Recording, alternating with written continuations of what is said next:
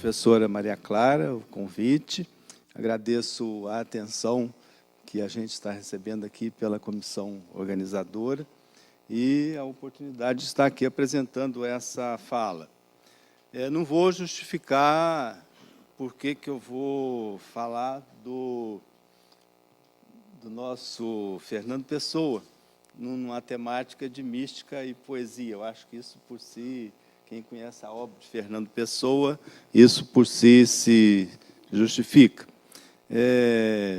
Eu já faço um plágio inicial aí de uma fala de um dos seus heterônimos, né, o Bernardo Soares, que diz que, como outros podem ler trechos da Bíblia, leio-os desta retórica. Eu estou riscando desta retórica e estou substituindo pelo livro Desassossego, que é a minha experiência, então, recente de leitura do Fernando Pessoa.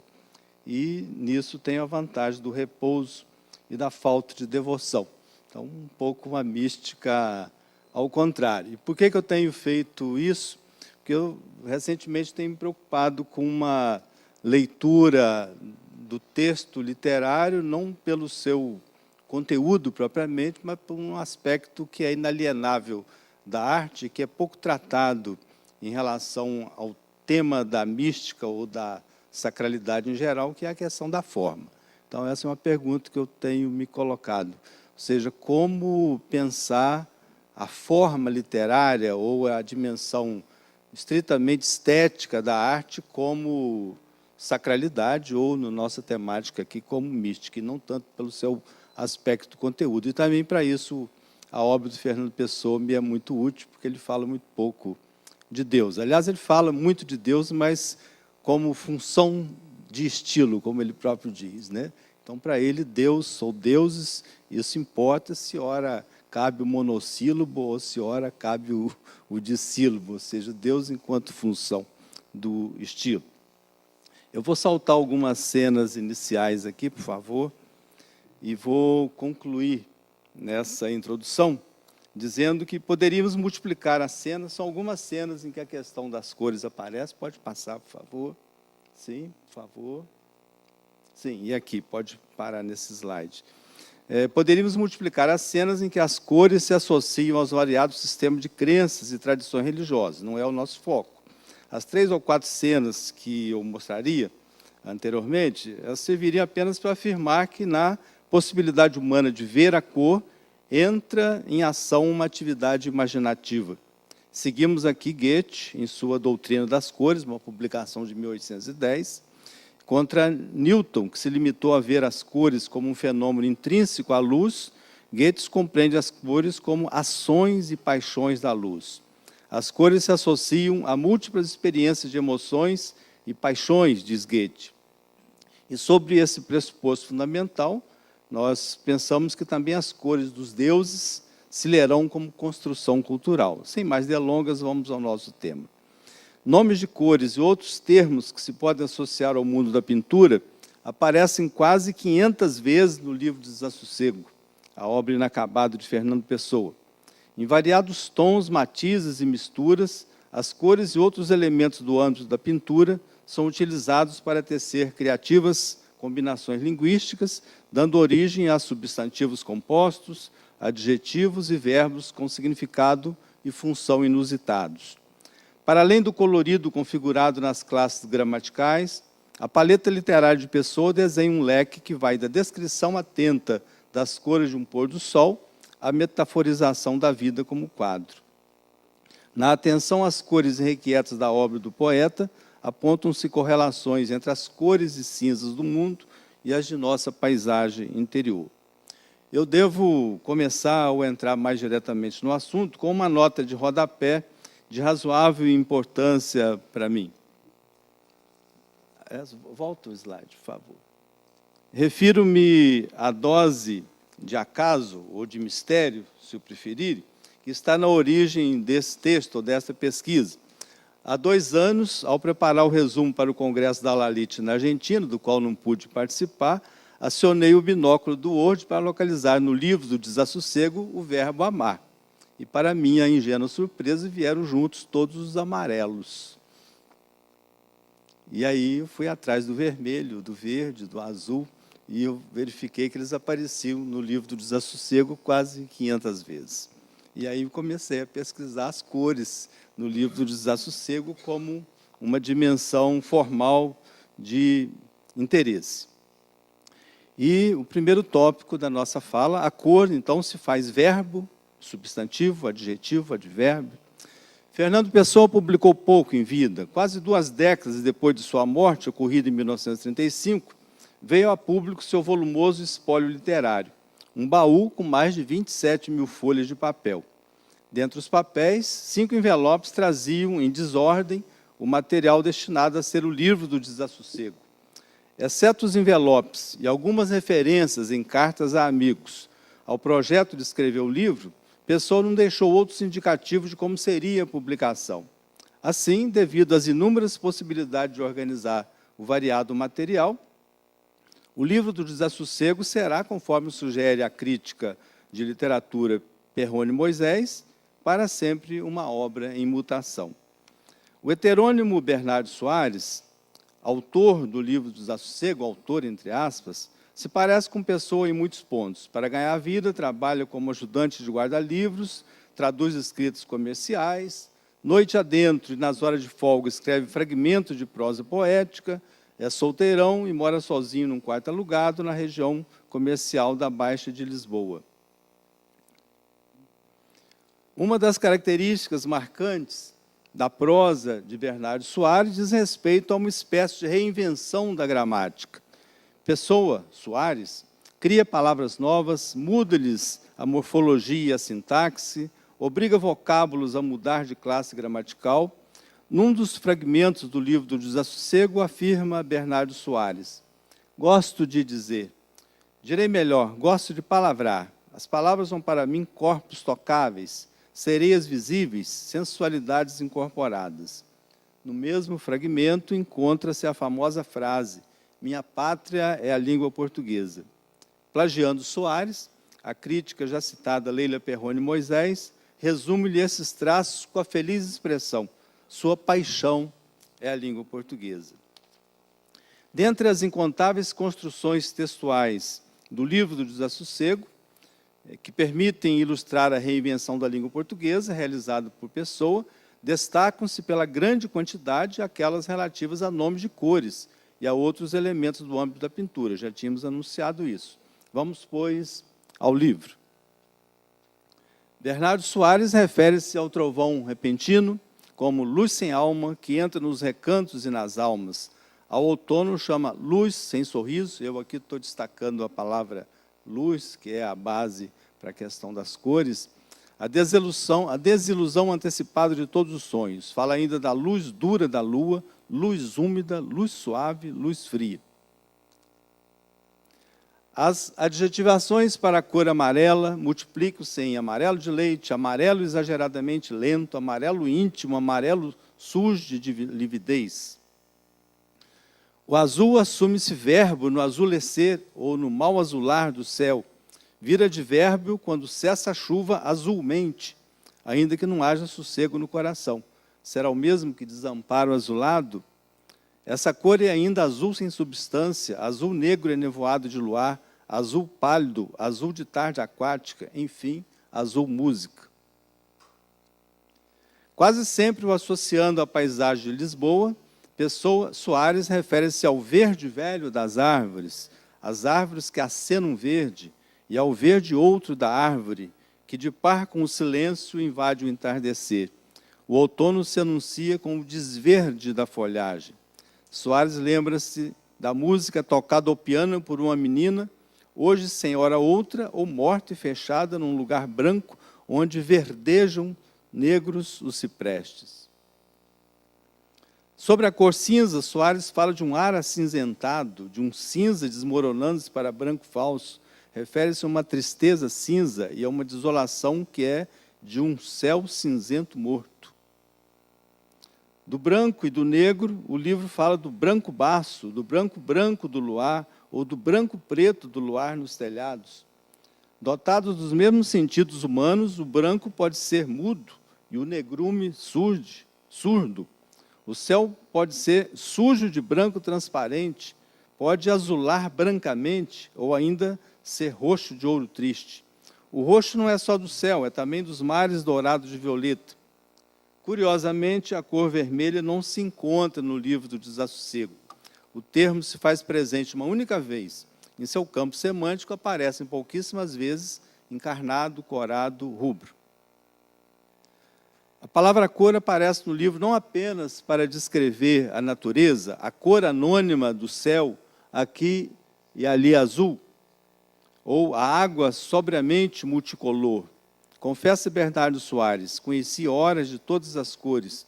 Assim, para além das cores da natureza, pairam em sua imaginação ameaças de cor ausente. Frente ao tédio colorido, ou à cor triste vazia da curva dos gestos, ou ainda no extremo, ao fazer parte da paisagem incolor das almas monótonas, que pode um poeta de gênio fazer se não desejar a abdicação incolor da alma inteira, ou ser estampa de um livro de desenhos. Essas citações foram utilizadas com o intuito de destacar a genialidade do poeta português no trato com a língua, de modo particular no uso de termos associados às cores. Retiradas de seu contexto original, em sua maioria, as citações já carregarão novas significações. Com a liberdade e permissões que essa travessia oferece, a recepção construída até aqui por nossa leitura pretende afirmar o espiritual da arte lá onde ele não se encontra como tema, senão como jogo de linguagem e forma. Afinal, diz Bernardo Soares, onde há forma, há alma. E agora um segundo ponto sobre as cores do mundo e as de nossa paisagem anterior. Passemos agora a outro ponto em que pretendemos devolver a seu contexto original a linguagem de Pessoa Soares acerca das cores. Para isso, as citações serão maiores, apresentadas mesmo in extenso. Assim, em razão dos limites do espaço e do tempo para esse texto, apresentaremos apenas breves comentários em vista de conduzir a leitura e, para quem não conhece o livro do Desassossego, criar o interesse por essa fantástica obra. As passagens escolhidas continuam a falar de cor. Por sua variedade, as apresentaremos numa ordem preferencial de manchas temáticas, conforme o modelo de organização da obra adotado por vários críticos de Pessoa. O livro do Desassossego nos surpreende a cada página com belezas fulgurantes, grandes emoções artísticas, fragmentos que se cristalizam em formas de rara felicidade. Essas são expressões entusiastas e certeiras de Leila Perrone Moisés, a quem sigo. Entretanto, isso não encobre a matéria-prima tematizada pela obra. A angústia, a depressão, o tédio, a ilusão do amor, a finitude da vida, enfim, a negatividade. A tessitura entre a tematização da falência da vida e a beleza de extrair beleza, de não poder extrair beleza da vida, conforme a expressão de Soares, no fragmento intitulado Estética do Desalento, estabelece grande intimidade entre as cores do mundo, da natureza e as de nossa paisagem interior.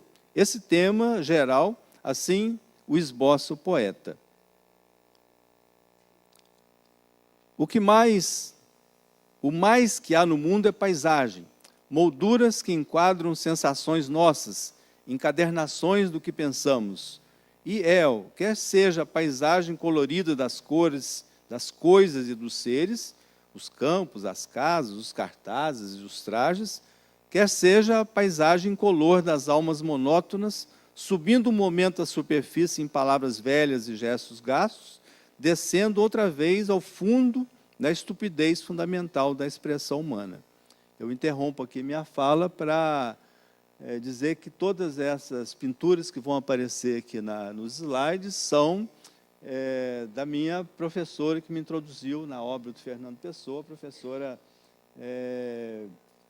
Lélia Parreira Duarte. Então, eu estou indicando aqui o site, há uma lista bem maior de obras, e ao mesmo tempo que eu falo de Pessoa, eu também agradeço a oportunidade de apresentar a obra de pintura, que não só é especialista na obra de Fernando Pessoa, em literatura portuguesa em geral, como mais particularmente, pinta quadros, muitos deles com temáticas da obra do Fernando Pessoa.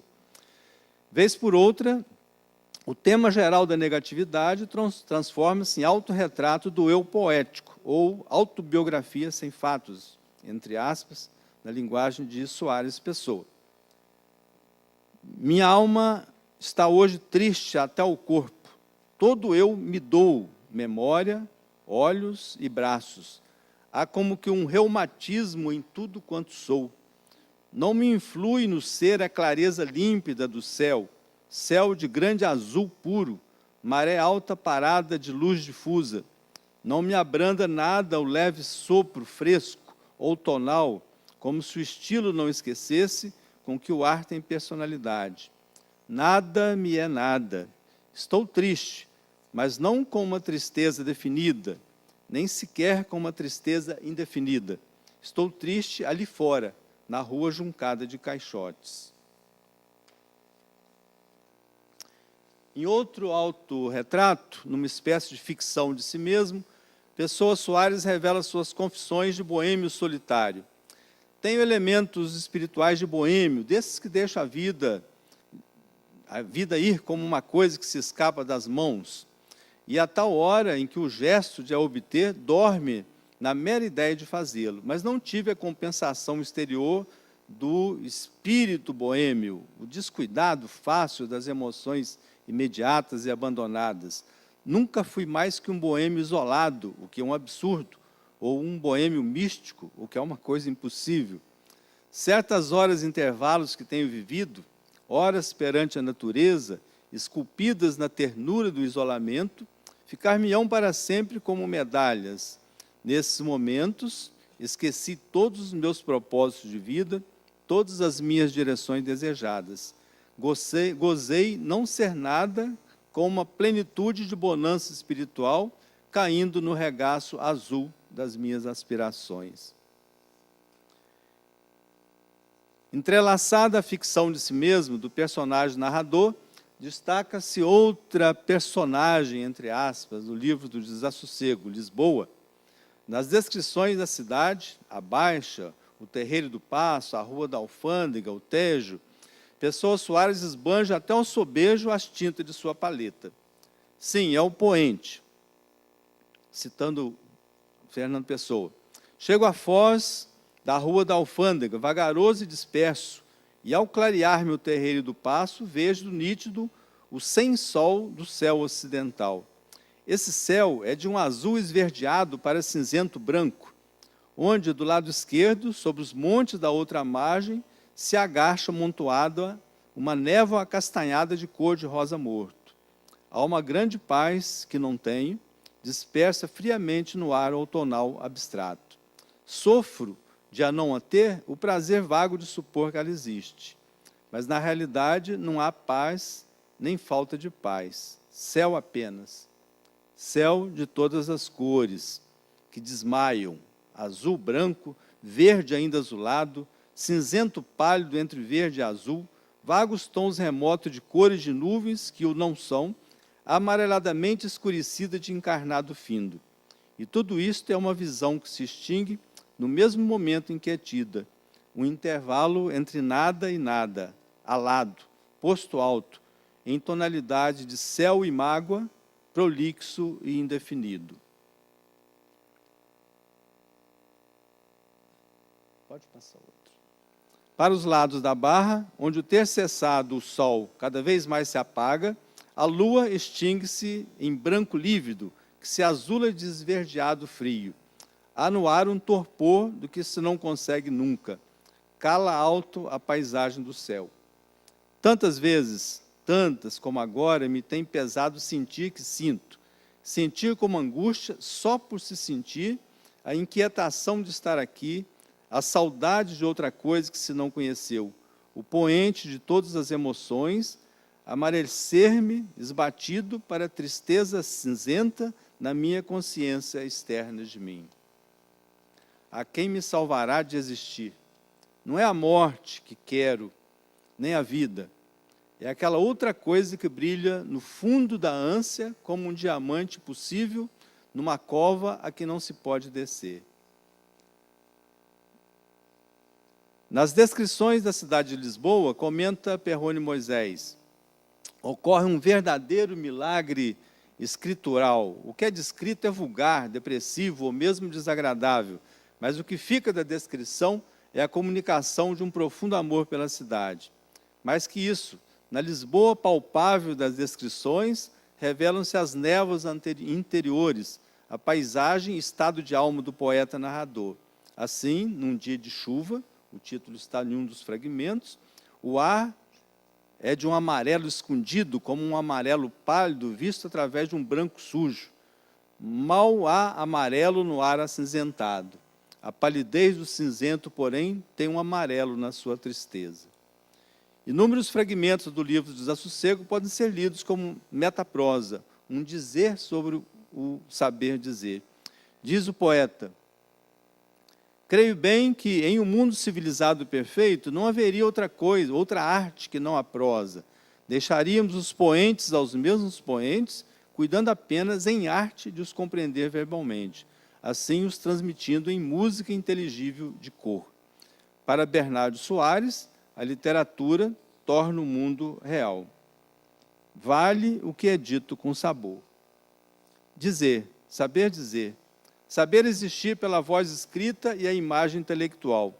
Tudo isto é quanto a vida vale. O mais é homens e mulheres, amores supostos e vaidades factícias, subterfúgios da digestão e do esquecimento, gentes remexendo-se como bichos quando se levanta uma pedra sob o grande pedregulho abstrato do céu azul sem sentido. Sobre a valia da arte, diz o poeta: tudo se penetra. A leitura dos clássicos que não falam de poentes tem me tornado inteligíveis muitos poentes em todas as suas cores. Há uma relação entre a competência sintática, pela qual se distingue os valores dos seres, dos sons e das formas, e a capacidade de compreender quando o azul do céu é realmente verde e que parte de amarelo existe no verde azul do céu. No fundo, é a mesma coisa. A capacidade de distinguir e de se utilizar. Sem sintaxe não há emoção duradoura. A imortalidade é uma função dos gramáticos. E para encerrar, sem conclusões, aliás, esse é um texto, lembrando o que o Dom José Tolentino disse hoje cedo, a respeito da nudez, eu diria que esse texto está faltando a ele algumas indumentárias próprias da academia. Vamos ver se a gente consegue vesti-lo com essas roupas que a academia espera, mas, de qualquer maneira, por hora está sem costuras. O tema da metaprosa reaparece na estética do desalento, e com isto, com esses dois slides, terminaremos a nossa conclusão, terminaremos de forma inconclusa. Se a vida não nos deu mais do que uma cela de reclusão, façamos por ornamentá-la, ainda que mais não seja, com a sombra de nossos sonhos, desenhos e cores mistas, esculpindo nosso esquecimento sob a parada exterioridade dos muros. Sim? A literatura, que é a arte casada com o pensamento e a realização sem a mácula da realidade, parece-me ser o fim para que deveria tender todo o esforço humano, se fosse verdadeiro humano e não uma superfluidade do animal. Creio que dizer uma coisa é conservar-lhe a virtude e tirar-lhe o terror. Os campos são mais verdes no dizer-se do que no seu verdor. As flores, se forem descritas com frases que as definam no ar da imaginação, terão cores de uma permanência que a vida celular não permite. Obrigado.